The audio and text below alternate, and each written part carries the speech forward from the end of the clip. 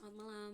Kali ini saya akan menjelaskan sebuah produk atau jasa yang akan kita terapkan skill berinovasi terhadap produk atau jasa tersebut. Nah, yang saya pilih adalah Netflix. Kenapa saya pilih Netflix? Karena Netflix itu sangat relate dengan kehidupan saya sehari-hari, di mana hampir setiap hari saya mengakses Netflix untuk nonton film atau video apapun itu. Nah, menurut saya Netflix itu dia menawarkan baik produk maupun jasa. Jasanya itu berupa platform streaming online. Jadi kita bisa nonton film secara online di aplikasi Netflix, dan produknya adalah film-filmnya sendiri. Nah, yang pertama kita akan menerapkan skill questioning kepada Netflix. Nah, izinkan saya share sedikit ya, Bu. Baik. Yang pertama kita lihat dari perjalanan Netflix di tahun 1997. Pendiri Netflix, Hastings dan Randolph, itu mereka punya ide untuk menyewakan DVD tapi dikirim by post atau by mail. Nah, akhirnya mereka mencoba untuk mengirim DVD-nya ke alamat mereka sendiri. Nah, DVD-nya datang dan akhirnya ide untuk menciptakan Netflix itu timbul. Nah, di sini itu ada questioning di mana mereka juga mempertanyakan kira-kira teknisnya seperti apa ya untuk membangun bisnis Netflix ini. Apa yang menjadi tren juga di kalangan para pelanggan situ. Nah, kemudian berlanjut di tahun 1998 akhirnya lahirlah Netflix.com. Di sini pendirinya membangun sebuah website, membangun sebuah bisnis, yaitu rental DVD dengan website. Jadi di sini tuh Netflix itu memperkenalkan fitur mereka untuk bisa kita milih DVD apa yang mau kita pesan, mau kita pinjam, itu melalui website netflix.com ini. Nah, kemudian akhirnya setelah mereka kembali juga mencoba untuk observing nih, karena teknologi juga maju, ada perkembangan teknologi. Akhirnya pendiri Netflix ini juga memikirkan, mereka mengobserve kira-kira trennya sekarang seperti apa, kemudian konsumen ini lebih menyukai perentalan videonya seperti apa, teknisnya seperti apa, apakah mereka masih senang untuk datang ke toko untuk pilih sendiri DVD-nya, atau mereka sudah cukup puas dengan misalnya dari website dan kemudian nanti dikirim ke rumah mereka DVD-nya. Nah, akhirnya di sini Netflix mencoba nih untuk bikin fitur berupa subscription. Nah, di sini para member dari Netflix itu bisa rental atau bisa meminjam DVD itu tanpa batas waktunya. Terus kemudian juga nggak ada denda kalau misalnya terlambat mengembalikan DVD-nya. Nah, terus mereka juga menawarkan monthly rental limits.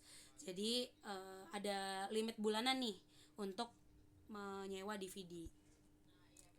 Kemudian mereka juga merilis fitur a personalized movie recommendation system is introduced. Jadi di sini Netflix bikin sistem di mana ada rekomendasi film. Nah, biasanya ini digunakan algoritmanya itu dilihat dari DVD apa yang biasanya dipinjam sama member.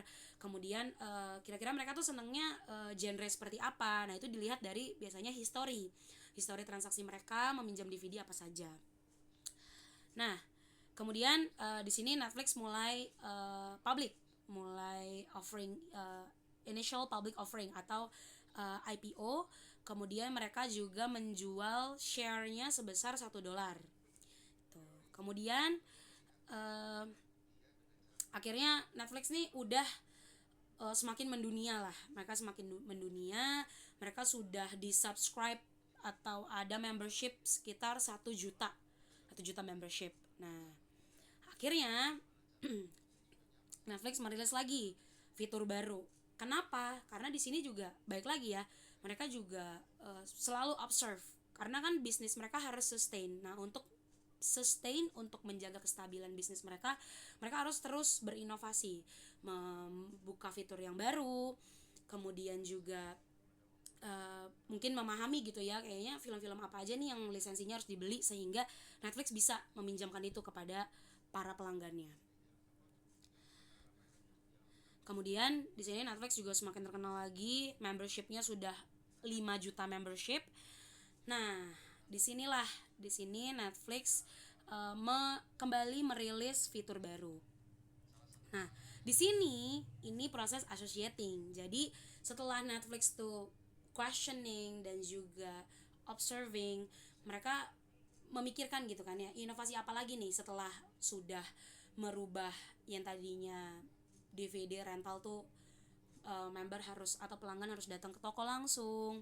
Akhirnya mereka ganti menjadi lewat website, mereka meluncurkan fitur-fitur baru. Tapi dengan semakin berkembangnya teknologi, Netflix juga nggak bisa diem aja. Mereka nggak bisa bertahan dengan sekedar, oh ya sudah, kalau mau rental video itu ya tinggal dari ini aja, dari website aja.